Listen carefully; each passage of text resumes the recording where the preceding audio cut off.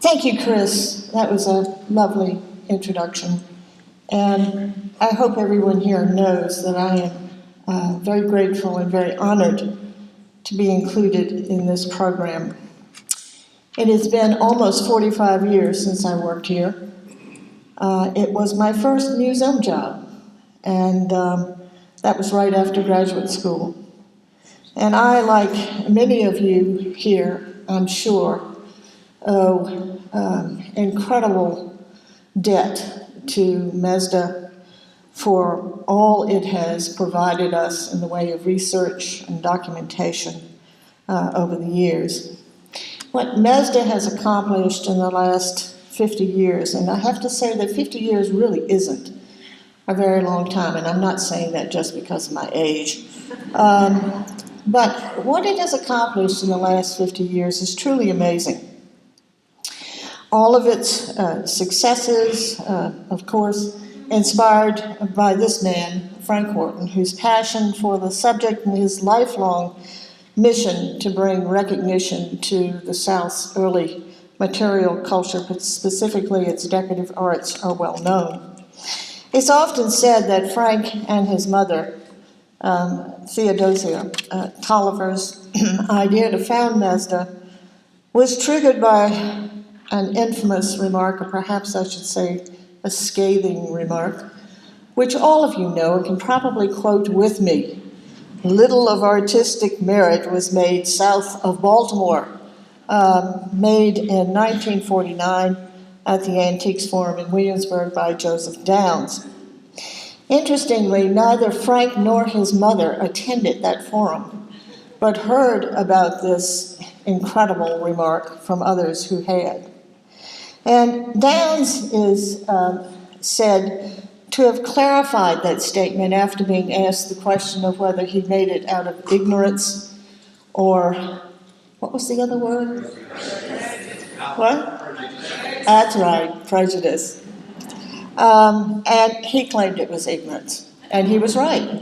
He was, obviously, he didn't realize that furniture, ceramics, paintings, textiles, silver, and many other things were being collected and studied by a number of people in the South. He didn't know of Paul Barrow's small but important 1931 book on Southern antiques, nor the research, particularly the painting research of Edna Talbot Whitley, Margaret Simmons Middleton, Anna Wells Rutledge, Milby Burton's work on furniture in South Carolina, Rice and Stout's 1920s book on Shenandoah pottery, or anything about the dealers and collectors such as J.L. Brockwell, J.K. Beard, Patty Anderson, Carolina D. Duke, J. Pope Nash, Juliet Brewer, Eleanor Offutt in Kentucky, Charlie Navis in Richmond, Willis Stallings in North Carolina, George and Caroline Wainick in Winston-Salem, as well as Ralph and DeWitt Haynes, Frank Horton and his mother, Theo, then in Winston-Salem, Henry Green in Georgia, the Genelettes, and before them in the 1920s, Edith Dabney Tunis, Mary Newton Standard, or Alexander Weddell, and some others.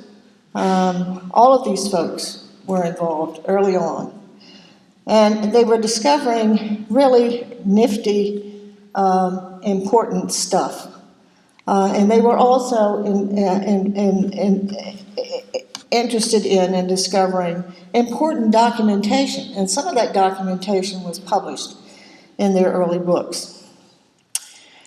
By contrast, there was no dearth of collectors or published scholarships in the North, from whence Downs came as curator of American art at the Metropolitan Museum, and he was soon to be director of the Henry Francis DuPont Museum, where, I might add, there was some really good Southern stuff, often parading around as who know what. And I can't tell you how often Winterthur Fellows heard the phrase in our classes, and this was an attribution, well, it's either Connecticut or it's Southern.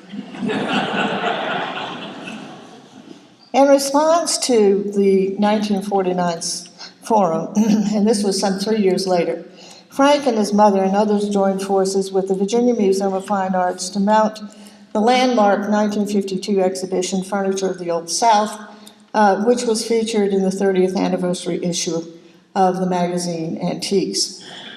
Frank was then serving as Director of Restoration for Old Salem, a project he became interested in along with Ralph Haynes, Jim Gray, and others. And within a few years, and probably inspired by the Virginia Museum exhibition as much as the infamous remark, Frank and Theo began negotiating with Old Salem to acquire the Kroger supermarket at the end of Main Street. They would fund its renovation to house a museum and provide an endowment devoted to the exhibition and study of early Southern decorative arts. And the 15 period rooms and several galleries known as MESDA opened in 1965 with a room for guide and basement storage for objects from the former Wachovia Historical Society, also in the basement. Frank then hired Susan Stiff as MESDA administrator, and it was her responsibility to train the guides and oversee daily operations. Frank's office and those of Brad Rauschenberg and John Bivens, all of whom were then deeply involved in Old Salem matters, were in the Single Brothers house. The official MESDA staff that you often hear about from these early years, the one that would eventually formulate the research and related programs, was really not in place until after 1971, after Susan left and Frank, John, Brad continued to do research for the Old Salem collections and for MESDA as they could. I came as Susan's successor. Let me see, I've missed something here. Oops, here we go. I came as Susan's successor at the end of the summer of 1971, just out of the winter tour program. And Brad and I soon became important allies, and our campaign was to force Frank to give up his post as Old Salem's Director of Restoration and devote his full energies to MESDA research. We knew then, and we were excited by the idea, that MESDA's potential, however it might evolve, would never be reached if Frank continued to spend his time drafting floor plans for houses being restored in Old Salem. And I don't know precisely when Frank caved and made his decision to resign that post and become instead director of MESDA, but it was either in 1971 or 1972. But I do recall that it was about this time at Frank's house, and Brad and I had heard this story before, but we were having small beer and peanuts, which was a tradition with us at Frank's house. And he shared again his dream to hire school teachers to do object field surveys in the summer months. It was a great idea, and we all loved it, though teachers were not an ideal solution for a sustained program, because as soon as they were trained, they would be gone. And 3-month stints once a year seemed kind of a piecemeal approach. So we continued to talk about this idea, and by the summer, we had an experimental plan in place, and that was to hire a field researcher to explore a portion of eastern North Carolina. That person was Millie McGee, a former MESDA intern and recent Hollins graduate. And Gray, Tom's mother, provided a grant for this first effort. She believed very strongly in what we were trying to do. And with Millie's help and support, Frank and Brad worked out the process we'd follow. Everything from those stickers on the drawers and other places on objects, to object worksheets, to cross-referencing files for confidentiality, and how we would communicate back and forth with the field reps when we were at MESDA. We didn't find a lot that summer, but we did work out the process. And I drafted 2 successful NEH grants that provided salaries, travel funds, and supplies ultimately for the field research program. And the field research program itself was officially launched in 1972. Over the next decade, nearly 20,000 objects were documented from MESDA's files by some 16 field representatives, many of whom, or some of whom at least, are here today. We were really busy. We were a small staff, and we worked very, very hard. Brad and Frank endured long hours on the road. And I should tell you that a lot of these photographs you're seeing were done by Brad. I don't know if the one of Frank by the car was made up or not, but I suspect it was after a long day. But we also played hard. MESDA staff and several of its supporters lived in Old Salem, where we wined, dined, partied, and talked MESDA in Old Salem all the time. Paula and I would give the annual Halloween parties, where these characters would gather and become something else. This is Brad dressed as Margot Fontaine, the ballerina. And that's Miles Horton, who enjoyed bringing wild turkey whiskey to these parties. And then behind him, beside Brad is George Wanning, dressed as a witch. On the other image, that's Paula as Raggedy Ann, and you would not know it from this slide, but that's Frank, disguised as a flaming match. And I'm not sure you understand the significance of that, but Brad knows. It had to do with a field trip, and it was a fiasco, in which Brad's hot photo lamps set fire to the hangings on a four-poster bed.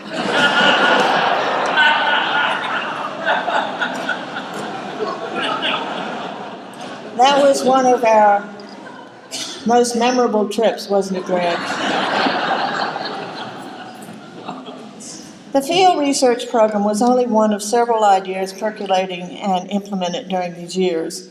The museum's Craftsman's Database, its Summer Institute, its first new wing, and the Journal of Early Southern Decorative Arts were all launched during that 5-6 year period. The Craftsman's Database really owed its beginnings to another project, and that was John Swicegood. We were looking for the person who taught him, and I was reading microfilm from early North Carolina newspapers for the Rowan County area for any clues I could find. Frank thought I was wasting my time, and I was, but I was intrigued by the number of advertisement by tradespeople, people about whom we knew absolutely nothing, that were appearing in these papers. And I kept running in and bugging Frank about this. Look at this, Frank. Isn't this exciting? What do you know about this guy? Anyway, at some point during those periods of bugging, I said to Frank, wouldn't it be wonderful if we could read all the early newspapers published in the early South? And he looked at me. His reply was quick and very sharp. He said, "Girl, are you crazy?" And I don't know when he changed his mind, but before long we found Frank in front of the microfilm reader. And I think he stayed there until, except for road trips, until he gave up his work at MESDA. He was reading microfilm papers. He started ordering more and more of them until it became quite clear that we were on a course to read all the Southern papers published before 1821. I first read the Annapolis papers, and Frank took on the South Carolina papers. There's Frank, one of his favorite places. For many years, this work was done with the aid of computers, each reference typed in on an index card and color-coded for colony state before filing. Finding and procuring extant newspapers was really quite a challenge. And often Frank, who loved a good chase, would have to have them expressly filmed for the MESDA archives. In later years, of course, and I think this might still be continuing, court records and other records would also be searched. And now, of course, Robert and his staff have made this incredible resource available online, free for anyone to use. Meanwhile, we did eventually discover that Mordecai Collins taught John Spicegood. Brad and I celebrated in the usual way, and that was with Frank on his back porch with small beer and peanuts. And to this day, I can remember Frank dancing, singing Mordecai High, Mordecai High. He was so excited by that discovery. The Spicegood Catalog and Show were the first exhibition in the museum's first new wing in 1973. And by this time, Brad and I had new titles. We were now formally on the MESDA staff. All of us had moved to our offices at MESDA in the new wing. Elizabeth Putney was hired to manage the guides while the three of us devoted most of our energies to the research programs. 2 years later, we inaugurated the MESDA Journal and Membership Program. The little orange booklet here is the first journal. It's a small format, and it really was all we could afford at the time. We barely covered the cost of the publication with membership dues, but we hung in there, and our friends and colleagues were eager for it. And so now, 40 years later, the successful journal enjoys a much larger circulation online. The MESDA Summer Institute was another of the 1970s initiatives as a way to further involve the academic community in new research in Southern material culture. It grew out of MESDA's short-term courses for for college students. Jan Hine and a bit later Sally Gant were responsible for the museum's educational programs, including the January classes that we taught with Paula Locklear and John Bevins. Jan had contacts in the history department at UNCG, chiefly with Dr. Jean Gordon, who was interested in our work and had been for a number of years. She met with Paula and I and Jan to discuss the possibility of a larger co-sponsored interdisciplinary course in the material life of the early South. We particularly wanted to reach other museum professionals and both undergraduate and graduate students interested in Southern studies. And there were no other programs like this then being offered. So my job became to convince Frank that this was a great idea. And I recall that Brad was very much on board. And I have to say that Frank's initial reaction was not very enthusiastic. He eventually said, and Frank was cautious about things, you need to understand that about him. Frank eventually said, well, you can try it if you can find the funding. And so we did. We got a grant from NEA to initiate the program and offset some of the initial costs. UNCG staff volunteered their time, and the Institute was launched. And as you know, it continues to thrive today in partnership with the University of Virginia and includes among its faculty scholars from all over the South.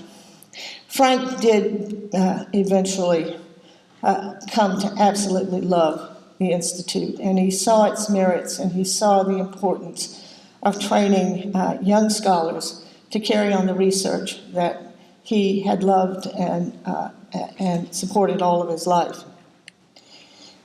MESDA was a fledgling museum back in those days, but Frank's dream was beginning to take shape, and of course it continues to grow and take shape in wonderful ways today under new leadership.